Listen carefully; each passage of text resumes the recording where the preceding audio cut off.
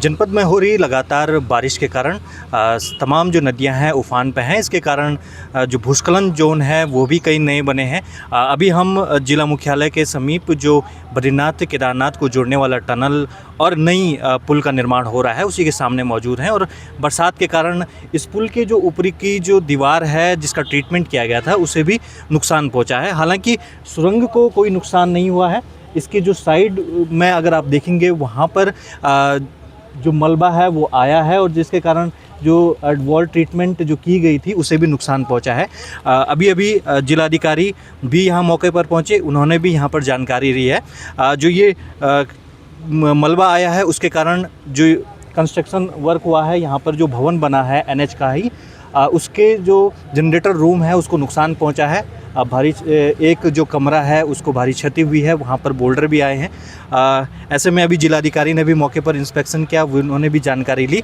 तो जिलाधिकारी द्वारा जानकारी ली गई है कि क्या इस जो भूस्खलन है उससे सुरंग को कोई नुकसान है या फिर जो आने वाले समय में, क्योंकि इस पुल को भी अब हैंडओवर होना है एनएच को और अगस्त माह में इसको दी जाने की जो एनएच को हैंडओवर करने की बात रखी गई है। लेकिन अभी तक क्योंकि जो कंस्ट्रक्शन वर्क है लगातार चल रहा है, साथ में इसमें अगर देखेंगे पुल पे भी अभी कुछ वर्क बचा है जिससे अभी फ़िलहाल काम है। हालांकि इस पर भी हमने जिलाधिकारी से बातचीत की। क्या कुछ जिलाधिकारी ने इस पूरे जानकारी में हमको बताया है, आप देखिए।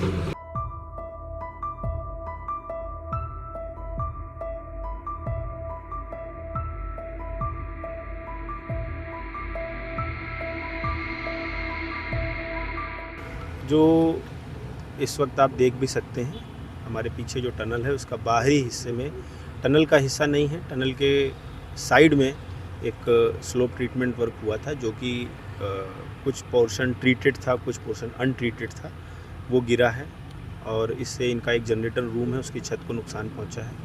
इसमें टेक्निकल टीम के द्वारा इंस्पेक्शन के लिए मैंने निर्देशित कर दिया है। टेक्निकल टीम आएगी और वो स्लोप की जो एनालिसिस भी करेगी, ग्रेडियंट एनालिसिस करेगी, स्टेबिलिटी इनस्टेबिलिटी की भी एनालिसिस करेगी। जो इसमें कॉन्ट्रैक्टर हैं उनको भी निर्देशित कर दिया गया है। चूँकि ये अभी डिफेक्ट लाइबिलिटी पीरियड में है तो सारा खर्चा उनके द्वारा वहन किया जाएगा, इसका ट्रीटमेंट दोबारा से किया जाएगा और इस तरीके से किया जाएगा कि लॉन्ग रन में कोई प्रॉब्लम उत्पन्न ना हो। यदि कोई किसी तरीके का कोई लैंडस्लाइड की स्थिति उत्पन्न होती है तो जो हमारा टनल का इंफ्रास्ट्रक्चर है उसको कोई नुकसान ना पहुँचे।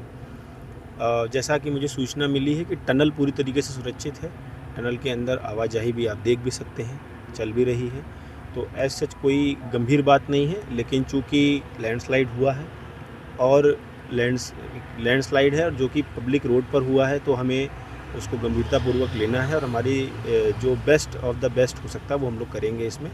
इसमें हमारे जो जियोलॉजिस्ट हैं उनको भी निर्देशित कर दिया गया है कि वो भी आकर के इसकी विज़िट करके और कंट्रोल्ड मैनर में जो पोर्शन अनस्टेबल लग रहा है विजुअली उसको हटा दिया जाएगा ताकि अचानक से किसी के ऊपर ना गिरे और किसी तरीके की कोई घटना ना हो। ठीक। केदारनाथ यात्रा अभी क्या स्थिति है? मौसम विभाग का अलर्ट भी हम लोगों को प्राप्त हो गया था और जनपद रुद्रप्रयाग के लगभग सभी तहसीलों में रुक करके कहीं पर धीरे और कहीं पर तेज़ बारिश हो रही है और नदियों का जो स्तर है वो उफान पर है। हमारे जो गधेरे हैं वो भी काफ़ी तेज़ प्रवाह के साथ बह रहे हैं। ऐसी परिस्थिति में प्रशासन पूरी तरीके से अलर्ट है। सुबह हमारा NH 107 भी कुछ देर के लिए बंद हुआ था जिसको खोल दिया गया है। इसके अलावा हमारी कुछ आंतरिक सड़कें हैं PMJSY की और पिरोड़ी की जो बंद हैं और मौके पर टीम डिप्लॉयड है। हमारा जो आपदा कंट्रोल रूम है और जो हमारे SDMs हैं वो जो भी सड़कें बंद हैं और जहाँ पर भी कोई आपदा जैसी स्थिति उत्पन्न हो रही है, कहीं पर मलबा आया है या कहीं के घरों में पानी भर गया है, वहाँ पर हमारी टीमें मौके पर जा रही हैं, लॉस का असेसमेंट भी कर रहे हैं। साथ ही साथ मैं बताना चाहूँगा कि अभी तक कोई जन हानि की सूचना प्राप्त नहीं हुई है। जिनको अहेतुक सहायता, राशन किट इत्यादि वितरित किया जाना है, सभी SDMs के पास पर्याप्त मात्रा में धनराशि है और वो वितरित भी कर रहे हैं। तो अभी जनपद में स्थिति सामान्य है, परंतु चूँकि बारिश का अलर्ट है हमारी सभी टीमें इसमें नज़र बनाए हुए हैं और मैं स्वयं भी मौके पर देख रहा हूँ। सर, ये टनल अगर आप ये वीडियो YouTube पर देख रहे हैं तो हमारे चैनल को सब्सक्राइब कर बेल आइकन दबाएं और Facebook पर देख रहे हैं तो हमारे पेज को लाइक करें।